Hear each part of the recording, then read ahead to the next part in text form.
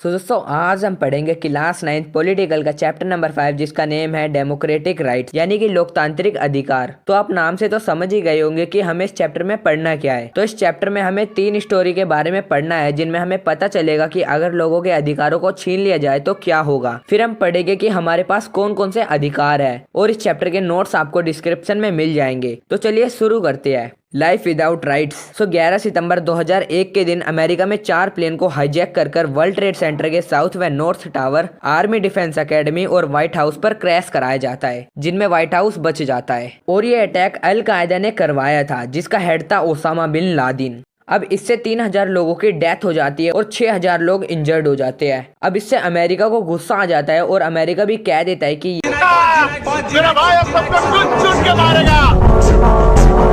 अब अमेरिका पूरे वर्ल्ड से 600 लोगों को अरेस्ट कर लेता है जिन्हें वो अमेरिका के गुंतानामो बे जेल में रखता है जो कि क्यूबा के पास थी। अब इनमें काफी लोग बेगुनाह थे लेकिन अमेरिका का ये कहना था कि 9/11 हमले में इनका हाथ था। इसके बारे में किसी को भी इंफॉर्मेशन नहीं दी गई थी। इन लोगों को मीडिया और यूएनओ से भी मिलने नहीं दिया जाता था और इनका कोई भी केस नहीं चला। अब एक इंटरनेशनल ह्यूमन राइट्स ऑर्गेनाइजेशन थी एमनेस्टी इंटरनेशनल। इसने इंफॉर्मेशन को कलेक्ट किया और देखा कि बेगुनाहों के साथ भी कैदियों जैसा बर्ताव किया जा रहा है। इससे यूएनओ कहता है इस जेल पर बैन लगाओ, बट अमेरिका मना कर देता है। तो ये थी हमारी first story, citizens rights in Saudi Arabia. तो अमेरिका दूसरे देश के लोगों के साथ बुरा व्यवहार कर रहा था, बट सऊदी अरब तो अपने ही देश के लोगों के साथ ही बुरा व्यवहार कर रहा था। यहाँ के गवर्नमेंट सिस्टम पर किंग का कंट्रोल था जिससे वहाँ पर लोग पॉलिटिकल पार्टी नहीं बना सकते थे, ये मीडिया राजा के अगेंस्ट नहीं जा सकती थी और रिलीजन फ्रीडम नहीं थी। और यहाँ तक कि वुमेन पर भी काफी सारे रिस्ट्रिक्शन को लगाया गया था, जैसे कि इनका लो स्टेटस था और इन्हें वोटिंग राइट भी प्राप्त नहीं थी। यानी कि हम ये मान सकते हैं कि यहाँ का जो सिस्टम था ना वो थोड़ा बहुत नॉर्थ कोरिया से मिलता जुलता था।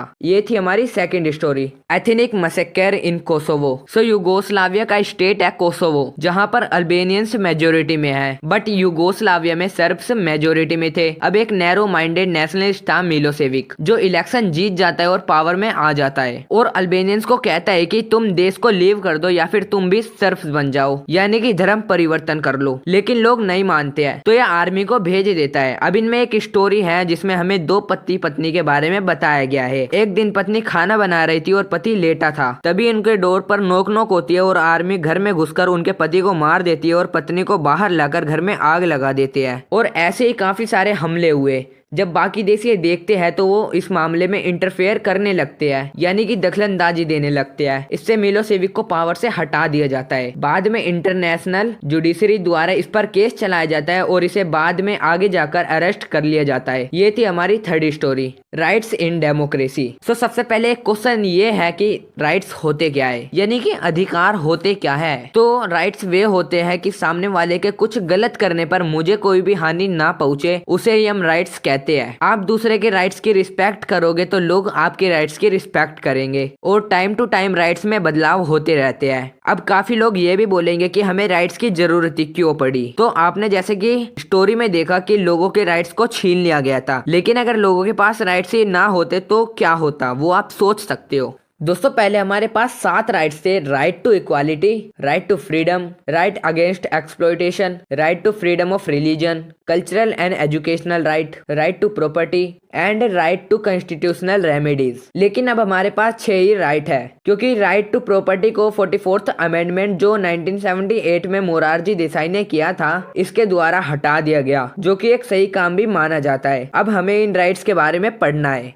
राइट टू इक्वालिटी, ये अधिकार हमें ये बताता है कि सभी लोगों को समान माना जाएगा, चाहे वो पीएम हो या फिर एक चाय वाला। जेंडर, रिलीजन, कास्ट के ऊपर डिस्क्रिमिनेशन बिल्कुल भी नहीं किया जाएगा और दुकानों मंदिरों में हमें घुसने से नहीं रोका जाएगा, जैसे कि हमें पुराने जमाने में देखने को मिलता था। और आर्टिकल 17 में अनटचेबिलिटी को भी लाया गया था। अब आप बोलोगे कि राइट में सबको इक्वल माना जाता है तो रिजर्वेशन क्यों देते हैं। तो देखो, रिजर्वेशन भी हम इक्वल में लाने के लिए ही देते हैं, क्योंकि हमारे समाज में वुमेन का स्टेटस काफी ज्यादा लो है। राइट टू फ्रीडम, ये अधिकार हमें ये कहता है कि हमें सभी कामों को करने की आजादी है, जैसे कि घूम सकते हैं, ऑर्गेनाइजेशन बना सकते हैं, कहीं पर भी रह सकते हैं, धंधा कर सकते हैं। लेकिन अब आप ये नहीं कि ग्रुप बनाकर गन और आरडीएक्स बना रहे हो, बल्कि आप ऐसे काम कर सकते हैं जिनसे लोगों को कोई भी नुकसान ना पहुंचे। राइट अगेंस्ट एक्सप्लॉयटेशन, ये अधिकार हमें ये कहता है कि हम लो कास्ट का एक्सप्लॉयटेशन नहीं कर सकते हैं, यानी कि शोषण नहीं कर सकते हैं, और हम बच्चों से चाइल्ड लेबर जैसे काम नहीं करा सकते हैं। Right to freedom of religion, ये अधिकार हमें ये कहते हैं कि अपने धर्म को हम स्प्रेड कर सकते हैं, बट अदर धर्म की हम बुराई नहीं कर सकते हैं। हम कम्युनिटेटिव वर्क्स कर सकते हैं, जैसे कि जागरण, कीर्तन etcetera. Cultural and educational right, ये अधिकार हमें ये कहता है कि caste, gender, religion and cloth के बेसिस पर हमें एजुकेशन लेने से नहीं रोका जाएगा, लेकिन इससे अगर हमको शर्म आती है तो हम अपनी खुद की संस्था खोल सकते हैं।